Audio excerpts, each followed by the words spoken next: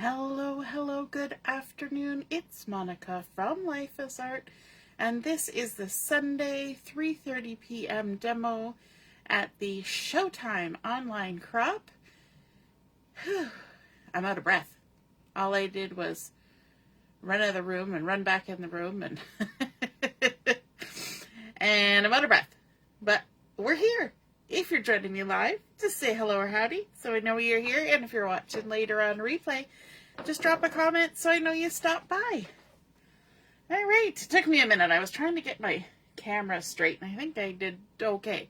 We're not too terribly wonky, so that's good. And we're going to be creating today, if you notice the title before you clicked in, we're going to be boxing them up.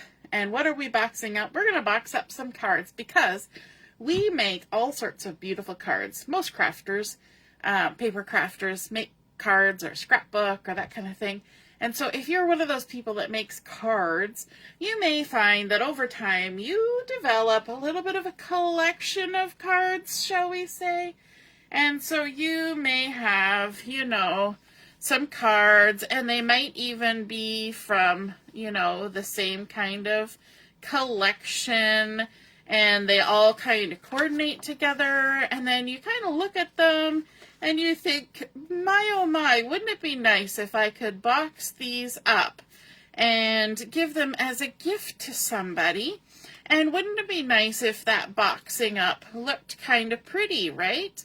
So I'm going to be using the Celebratory Sips Designer Series paper, and we are going to be creating a way to box these up. So I've got 4 cards here, and these cards have at least 2 layers of Stampin' Dimensionals on them.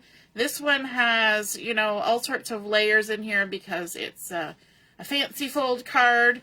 And so what I'm going to do is I'm going to put them in a stack here, and my first and last card I've kind of got, involved in a bit of an envelope here, so that when I put it into my box, the both outside edges are an envelope, so nothing is going to get snagged. That's important when you're putting things into a box. And then you also want to look at where the bulk is in your cards. So both of my cards have bulk, and you can even turn them around so that you kind of even out that bulk. I think the way I had them was the better way, so that they're a nice even size. Okay, now the box that I'm going to create today was not out of my own little crafty brain. It's one that was shown by fellow Stampin' Up creator Laura Beecham,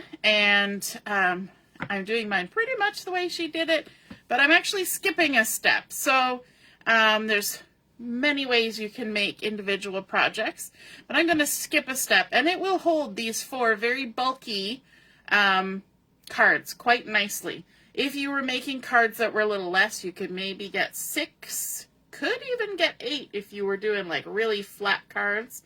And so let's get started on this. The first thing we're going to need is a piece of cardstock to create the base for our card. I'm keeping it simple, and I'm going to be using some white Willow cardstock. This has been cut to, you can't even see all of it. I'll turn it so you can see it, but 11 1/4 by 7 1/2. So 11 1/4 by 7 1/2. Hey Heather, good afternoon, and Diane's here too. Hello, hello. So we're going to take this and we're going to do some scoring with this. And so we're going to bring in our Simply Scored board. We're going to line it up here with our 11 1/4 inch side going across the top. Hopefully we can get some of it in the frame here. And we're going to begin scoring at the left-hand side. We're going to score 1/2 inch first. So 1/2 inch. Right there, 1/2 inch. Then we're going to score at 5 1/4. I will post all the measurements and score lines, so if you don't want to furiously write them down, they will be posted later. So 5 1/4. Then we're going to score at 6 inches. And I'm going to score these a couple times just because it's nice thick cardstock. And then we're going to shuffle this over so you can see. We're going to score at 10 3/4. So I will review those again. We scored along our 11 1/4 inch side at 1/2 inch, 5 1/4, 6 inches, 10 3/4. Now we're going to turn our cardstock so that we have the 7 1/2 inch length up against our ruler. So along the 7 1/2 inch side. If you're ever wondering about the terminology when I post scoring things, if I say it's along the 7 1/2 inch side, that means your 7 1/2 inch side, that means your 7 1/2 inch side is going to go right along the ruler, and that's where you're going to score down from, okay? So you're scoring along it. So you're going to go here and here and here, all along it. Get it? Okay. A little bit of terminology there. And we're going to score it at 3/4 inch. All the way down. Got to make sure you stay in that little track all the way down. So 3/4 inch. And then on this end, we're going to come 3/4 inch in as well. So if we're good at math, that means we're at 6 3/4. But you can also just remember 3/4 inch. So we're going to go to 6 3/4. I almost did 6 1/2 there. Did you see that? That little oopsie? So 6, I ran right out of the track. Let's try again. 6 3/4. Stay in the track, stay in the track, stay in the track, stay in the track, all the way down. 6 3/4. Excellent. Okay, we can move this out of the way now. Do you ever encourage your scoring tool to stay in the track? Stay in the track, stay in the track. That's me. I'm just kind of crazy that way. All right. Now, for our next step, we're going to do some creasing on all of these score lines. So we're going to start with these ones that are going along the 11 1/4 inch side. So we're going to turn it over so that we've got our bump side here, and then all we have to do is lift and crease, and always center to the outside, center to the outside. Then we're going to lift, and as you kind of roll it over, it finds its crease line, center to the outside, and then to the next one, center to the outside, and then we can even turn it around to do the last one. Crease, that little 1/2 inch tab. There we go. Okay, so we've done all of those, and they're all going the same direction. You notice that? We did valley folds all the way along. Okay, now we need to do our 2 crease lines that go down either side. These are also going to be valley folds. Everything's getting folded to towards the center of our paper. So lift and crease, score it on out, or crease it out. There we go, all the way out. Easy peasy, lemon squeezy. Now we're going to need our ruler, because we're going to do a little bit of trimming. Now everything is symmetrical on here, so you just have to start and decide which end is going to be which. So on this end, because I'm just randomly picking this end, it makes no difference, we're going to actually remove the 2 little corners here that are created with those little score lines. So we've got a score line here and a score line here. We want to take this little corner out, but we don't want to cut exactly on the score line. Okay, so here's my scissors on the score line. I'm actually going to tip my scissors ever so slightly to the right of that. My point is still at the intersection, but my blade, now that I've opened them up, my blade is going to be just a hair to the right of it. And we're going to trim just right to that intersection. Then we're going to do the same thing over here, but instead of going to the right, we're going to go to the left. So we're cutting out that corner, plus a tiny little wedge of both of these little side parts, okay? So it's just slightly not a rectangle. It's got a bit of an angle on each of those sides. We're going to do the same thing over here. We're going to come to this line, And then we're just going to tip it a little bit to the left. And then we're going to turn.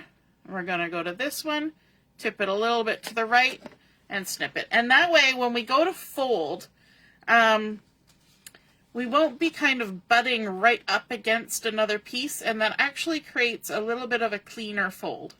Okay? So one end we've now created to have no little corners. The other end, we're going to keep those corners, but we'll get to that. We're going to go now to this center that kind of looks like a spine. If this was a book, it would be the spine. So it's going to be the spine of our box. And at these two vertical score lines, we're going to cut a little triangle wedge. So we're going to do the same technique where we line it up with the score line and our point is towards the intersection. And then we're going to tip ever so slightly to the right and snip, and then ever so slightly to the left and snip. And you can see that we've created a little tiny wedge that we've removed.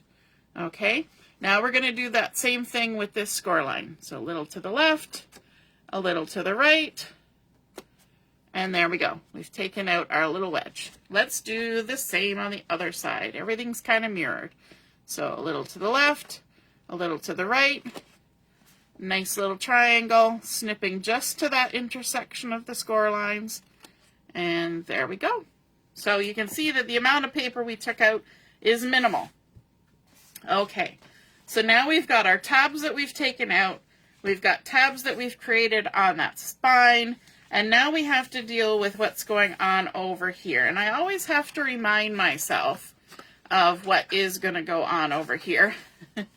And we're going to turn it again to the end.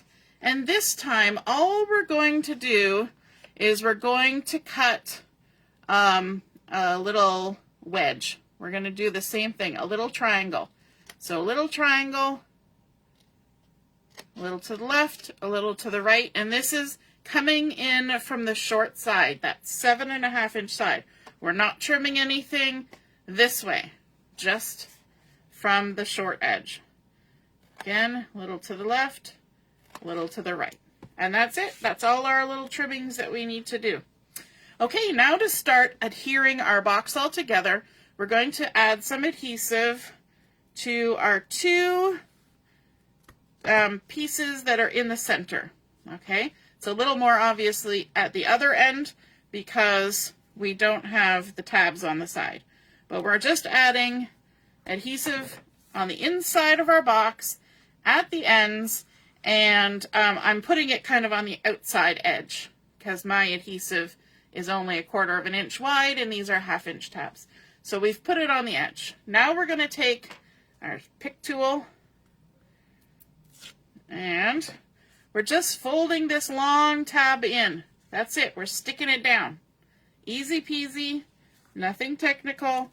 And what this does is it reinforces that edge. Okay? Makes it nice and sturdy. And because we've put our adhesive right on the edge, it makes sure that this is stuck down nice and good, is not going to catch on anything. Okay, so we've tucked in those two tabs. We still have these little tabs sticking out, and these tabs still don't exist. Now what we want to do is on this side, we've got our little tabs sticking out here. We're going to fold in our two center tabs and we're going to add some adhesive to them. So I'm going to put some near the crease and some near the end of the tab, just like that. So near the crease and near the end of the tab. Okay? And now this is where we need to pay attention. The side that still has tabs that exist, not the side we're going to use. We're going to use this side that has no tabs. No tabs. So we're going to remove the backing from our little tab here. And we're going to stick this on the inside of this. So we're going to lift this piece up and push in this side tab. And we're going to stick them together. Okay? So it creates a nice little corner like that. So again, we're going to fold that tab to the inside. It's got its adhesive. We're going to remove the backing. And now this long wide tab here is going to get folded in, and this tab is going to get lifted up and stuck to it. Okay, so we've got half a box, right? And now you can kind of see that this side is going to come over and join like that. These edges are going to come and join, and then these are going to wrap around both of them. That's where we're headed with this, okay? So that means that we need to now add some adhesive on this tab.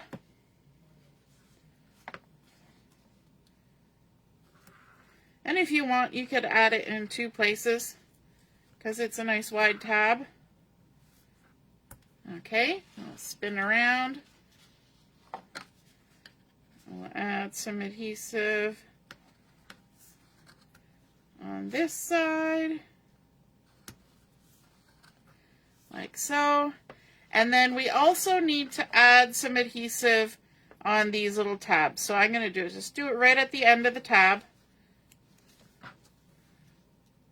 Like so. So all of our adhesive is now on there that we need. Okay. Now we got to go step by step. So let's remove the adhesive from this long panel. Because these are wrapping to the outside, we don't have to worry about pulling this adhesive off yet, because it's going to go to the outside. So we lift it up, we make sure that that piece there is tucked in, and then just lay that down, fold it down, and if you want to give it a good press, you can take your bone folder or a ruler or something and just kind of press down to the inside.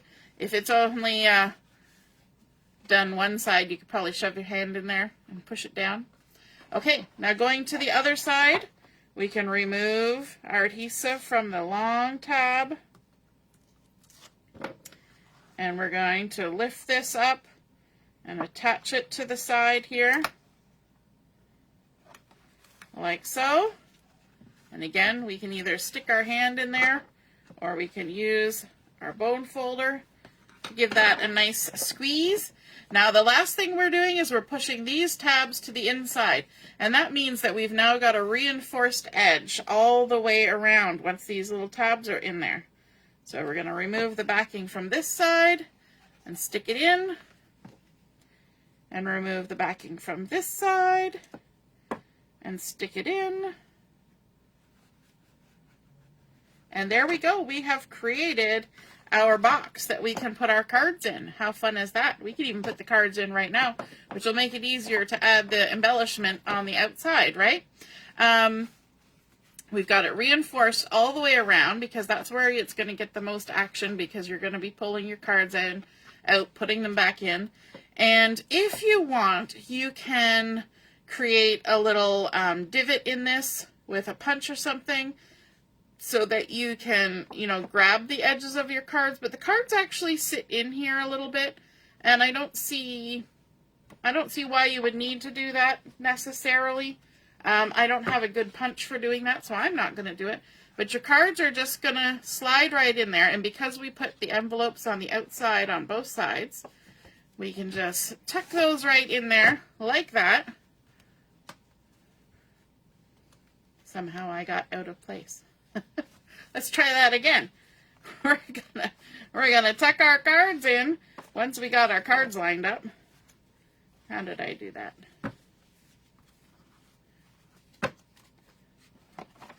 Stick our cards in.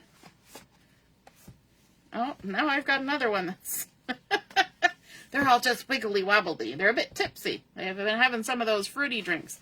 Okay, so you can see our lovely cards are in there. Now let's add some patterns on there. Hey, Allison, thanks for watching. Okay, we're going to need a couple pieces of designer series paper, and I decided to use the paper that matches the fun cards that are inside the box, because this will be a nice little gift box, won't it? So we've got 2 pieces of designer series paper that are 4.5 by 5 3/4, and I've got the adhesive on them already. Now you could do as much or as little in terms of embellishing the box that you want. I should do it down here. So you could add a label on there, you could add ribbons, you could add all sorts of zhuzhing up.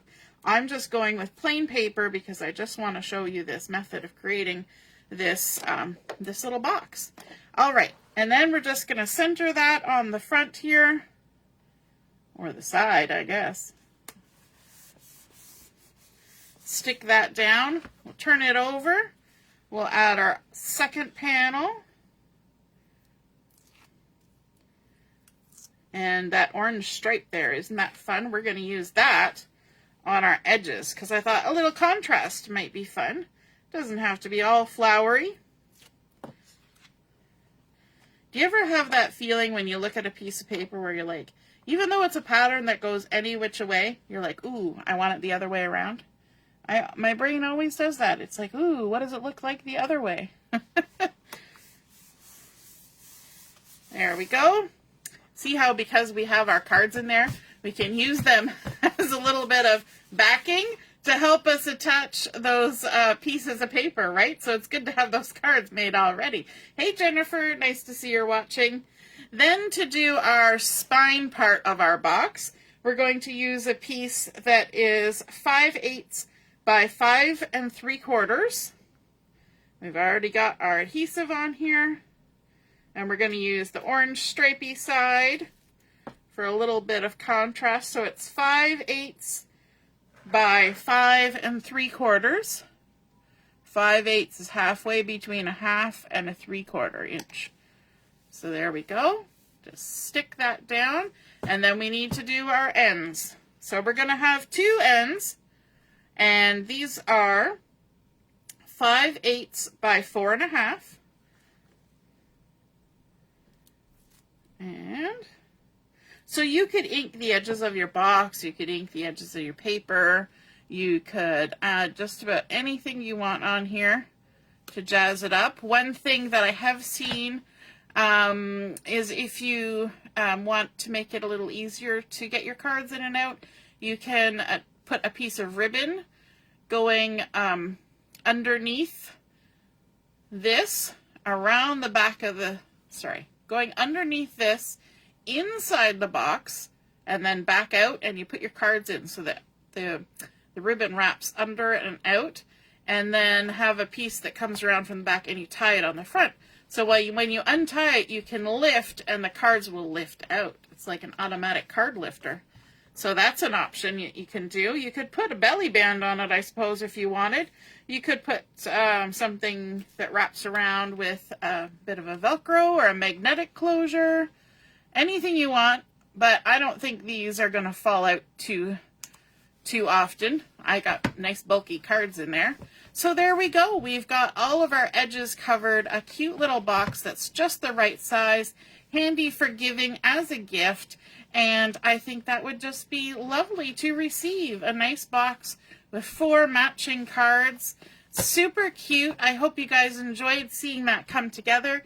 And that if you feel like creating one of your own, be sure to snap a photo of it. Pop it in the comments where I post the photo of mine.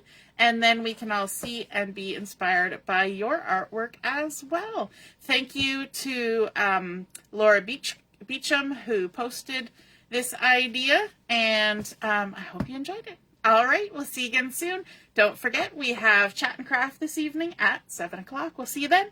Toodaloo. Bye.